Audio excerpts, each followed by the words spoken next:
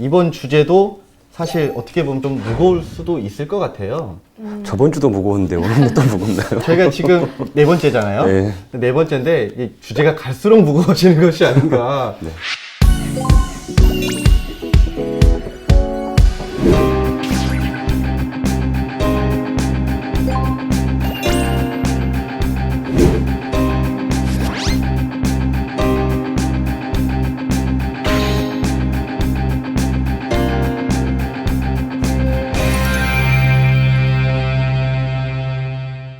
네, 일단 저희가 오늘 나눠볼 주제는 청정 전남입니다. 어떻게 보면 좀 굉장히 광범위한 주제일 수도 있는데요. 청정 전남하면 어떤 것들이 좀 떠오르시나요? 깨끗한 바다, 산.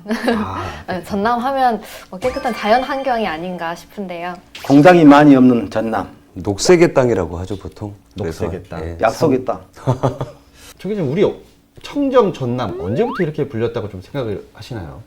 아주 과거부터 이제 전남은 숲 많고 산 많고 아름답기로 소문났으니까 우리 한반도의 역사와 맞먹지 않을까 싶은데요. 그만큼 낙후되어 있다고 좀 봐야 되지 않을까. 좀 서글픈 현실이기도 한데. 아, 씁쓸한데요? 네, 좀 씁쓸하죠. 그만큼 자연이 그만큼 보존이 돼 있다. 그래서 전남 지역이 전국의 어느 지역보다는 그 도시화 진전이 굉장히 덜 됐죠. 그런 면에서 자연 경관과 그런 것들이 보존되고 있다. 그러니까 낙후된 지역일수록 오히려 그런 덕을 본다고 생각을 해요, 저는. 정말 우리 전남이 청정 전남일까? 정말 깨끗한 곳일까? 이 부분 본격적으로 좀 저희가 이야기를 나눠보도록 하겠습니다.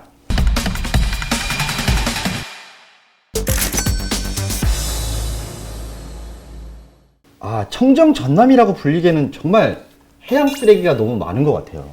좀 어떤가요? 네, 제가 좀 조사를 해봤습니다. 지난해 기준입니다. 전남 지역의 전체 해양 쓰레기의 양이 한 2만 6천 톤 정도가 된다고 그러더라고요. 최근 5년 동안 전남에서 발생한 해양 쓰레기가 전국에서 가장 많은 것으로 나타났습니다. 지난해 전남 지역 해양 쓰레기 수거량은 3만 3천여 톤으로 전국 수거량의 40%가량을 차지했습니다. 이 전남 지역이 사실 이제 해안선이 굉장히 많이 발달돼 있잖아요. 어업이 좀 많이 발달돼 있어요. 그러다 보니까 어민들이 버리는 쓰레기들도 상당할 것이라고 보고 있습니다. 그 이유가 섬이 많기 때문에 이제 그런다고 생각을 해요. 그러니까 해안선을 따라서 그게 이제 육지로 다 오지 않습니까? 그러니까 쓸려 다니고 바닷물에 쓸려 다니는 것은 파악하기가 쉽지가 않을 거예요. 그래서 2만 6천 톤이라는 이 수치도 이게 추정치에 가깝다. 저는 그렇게 보거든요. 특히 전남 지역에 오는 쓰레기들 중에서는 일부는 마주보고 있는 중국 해안에서 발생했던 쓰레기들이 밀려오고 이러면서 더 많이 발생하는 것 같아요. 여객선을 가끔 이용하다 보면 실제로 그 쓰레기가 굉장히 많이 이렇게 해안가에 쌓이는 걸 저도 많이 목격을 했거든요. 그래서 보면 그 심할 경우에는 진짜 플라스틱 아일랜드라는 이야기가 좀 과언이 아닐 정도로 해안가에 정말 많이 쌓여 있더라고요. 어우들도 그렇고요. 사실 그 플라스틱이 1973년에 처음으로 페트병이 나왔대요. 그 페트병의 발명이 엄청난 우리 생활의 진보를 가져왔죠. 근데 이게 이제 결국 이게 오염이 되면서 굉장히 문제가 되고 있죠, 사실.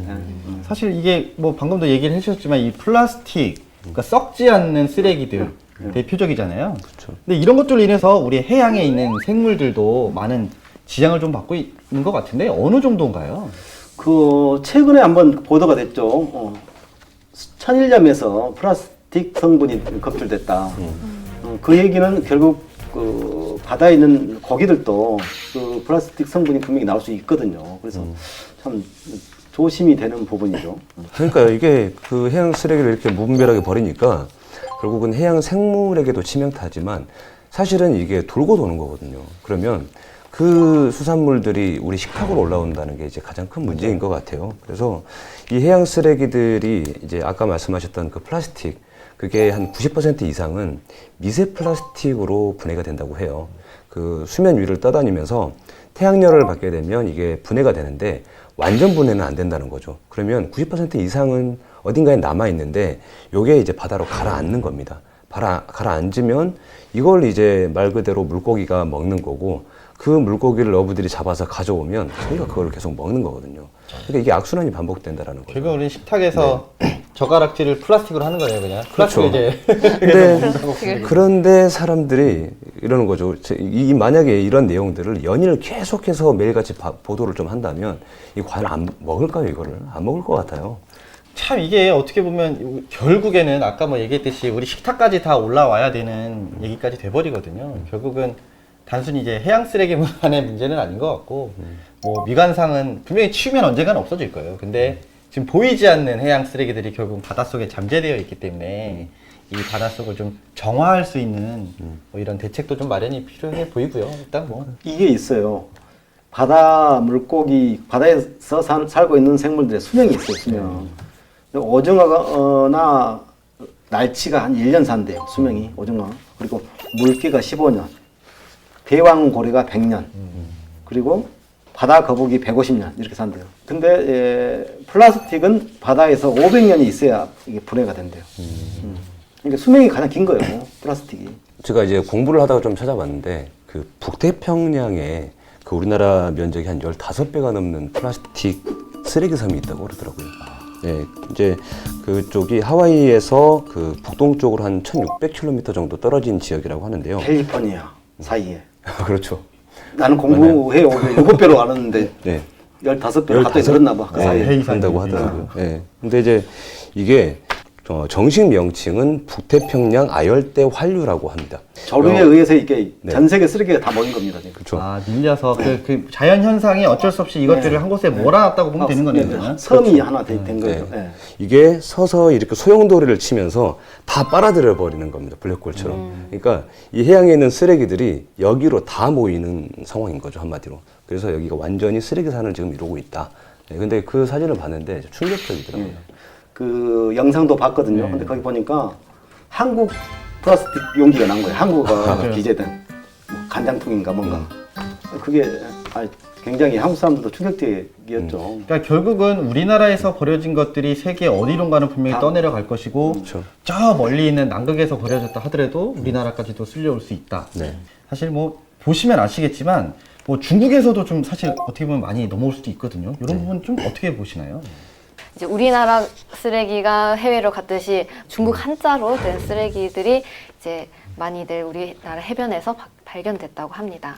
그 옛날에 한번 조사를 해봤던 것 같아요. 그 중국 어구하고 우리나라의 부표의 차이점이 좀 있다고 하더라고요. 중국 거는 위아래를 이렇게 돌려서 고정시키는 방식인데 광택이 없는 상황이고요. 그리고 우리나라 거는 위아래 고리가 이렇게 있는데 광택이 있는 거라고 하더라고요.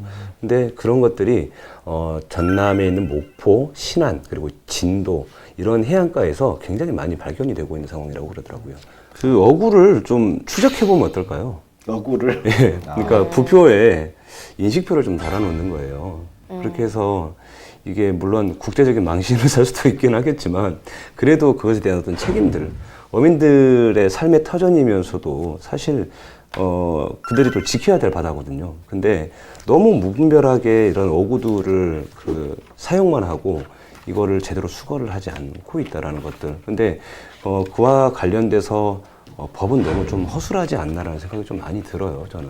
그래서 좀 법도 많이 좀 개정하고 엄격하게 좀 단속도 좀 하고 좀 강하게 좀 이렇게 제재도 좀 하면 어떨까 이런 생각 좀 해봅니다. 그러니까 얼마 전에 이런 일이 좀 있었던 것 같아요. 그 제주에서 전남 지역을 상대로 너네가 쓰레기를 버렸기 때문에 우리 지역으로 이렇게 쓰레기가 넘어와 라고 좀 이의를 좀 제기했던 사건이 있었던 것 같은데 이 부분 지자체 간에 이제 처리 비용을 놓고 이제 분쟁이 생겼죠. 추자도 해역으로 그 많은 쓰레기가 밀려오니까 제주도 쪽에서 전남에다가 요구를 했죠. 현행 법상 해양 쓰레기가 발생을 하면 그 처리의 책임은 일단 해당 지자체가 감당을 해야 되거든요. 본인의 해역이면 그 지자체에서 그렇죠. 관여를 네, 하는. 네. 그런 것 때문에 명확하게 그 관련 규정들이 명확하게 되지 않아서 그런 분쟁이 지자체 간에서 발생하고 그런 것 같습니다. 그 과태료가 얼마죠? 쓰레기를 함부로 버리면? 쓰레기나 이런 것은 굉장히 과태료가 약한 걸로 내가 알고 있어요. 그러니까 기름이라든가 이런 걸 폐유를 유출했을 때는 굉장히 뭐 벌금도 강하고 그런데. 그러니까 이게 그 폐기물을 버리는 게 최대 100만 원입니다, 과태료. 그리고 담배꽁초나 주머니에 있는 걸 버리면 지자체마다 다르긴 한데 10만 원. 그리고 이제 바닷가나 공원에서 뭔가를 투척하면 20만 원 정도입니다. 근데 이거를 제대로 단속도 사실 못하죠. 이 낚시객들이나 여행객들이 사실 가서 버리는 거거든요. 해안가에서는 아직도 이런 의식이 좀 안 바뀌고 있는 게 일단 첫 번째 문제인 것 같고요. 좀 단속도 철저히 해야 되고 법을 좀 더 강화해야 됩니다. 뭐 작두로 칠 수는 없겠지만 그래도 좀 더 이렇게 과태료를 강하게 먹인다든지 좀 대책이 좀 나와야 될 것 같은데 여객선에도 심지어 쓰레기를 버리지 마시오라는 안내 문구가 정말 허술하게 없어요, 요즘에. 아직도 없습니다. 그래서 그런 것들부터 조금씩 이렇게 개선해 나가야 되지 않을까 생각이 됩니다. 그러니까 보니까 뭐 1만 명분의 인분을 벌인 사건들도 좀 있었던 것 같아요, 바다에. 그렇죠. 예. 여객선에서 그랬죠. 근데 90년대까지는 바다에 그 여객선이나 이런 게 규정이 없었어요. 화장실 규정이. 그래서 그냥 바다로 다 빠져나가는 거예요. 사실 참 이게 뭐 어제 오늘 일의 얘기는 아니겠지만 사실 뭐 최근에 이제 전라남도에서도 이와 관련된 대책들을 좀 내놓긴 했었거든요. 구체적으로 좀 어떤 내용들이 좀 나왔었나요? 전남도가 이제 올해 추진한 시책들은 이제 해양 쓰레기 제로화 이렇게 해가지고 뭐 바다 지킴이를 이렇게 주민들 동원해서 바다 지킴이 활동을 하게 한다든가 뭐 그런 것도 있지만 가장 중요한 게 이제 환경 정화선을 건조를 해서 이렇게 해양 쓰레기 제로화에 나서겠다 이렇게 발표를 했어요. 근데 올해 예산은 작년에 비해서 많이 늘었어요. 그래서 그 정화 사업에만 131억 원을 14개 시군, 그러니까 바다와 인접한 시군에 투입하기로 했어요. 그리고 그 방치된 해양 쓰레기를 이제 처리하기 위해서 해양 환경 정화선을 2척을 건조하기로 했어요. 90억 들여서. 이런 것들 시책을 추진하고 있는데 문제는 그 파악된 실제 그 무인도나 이런 데 남아있는 쓰레기나 이런 게 사실 엄청 많거든요. 그래서 이런 예산 갖고 이걸 다 감당할 수 있을지 그건 두고 봐야 될 것 같아요. 그래도 뭐 사실 어떻게 보면 그동안에는 좀 없었던 일들을 이제는 뭐 이제 뭐 지방 정부들이 이런 것들을 좀 솔선수범 좀 치우려고 노력한다는 거는 좀 고무적인 것 같아요. 근데 이제 모든 문제의 근원은 아까 말씀하신 대로 의식에서부터 좀 시작되는 것이 아닌가라는 생각이 좀 듭니다.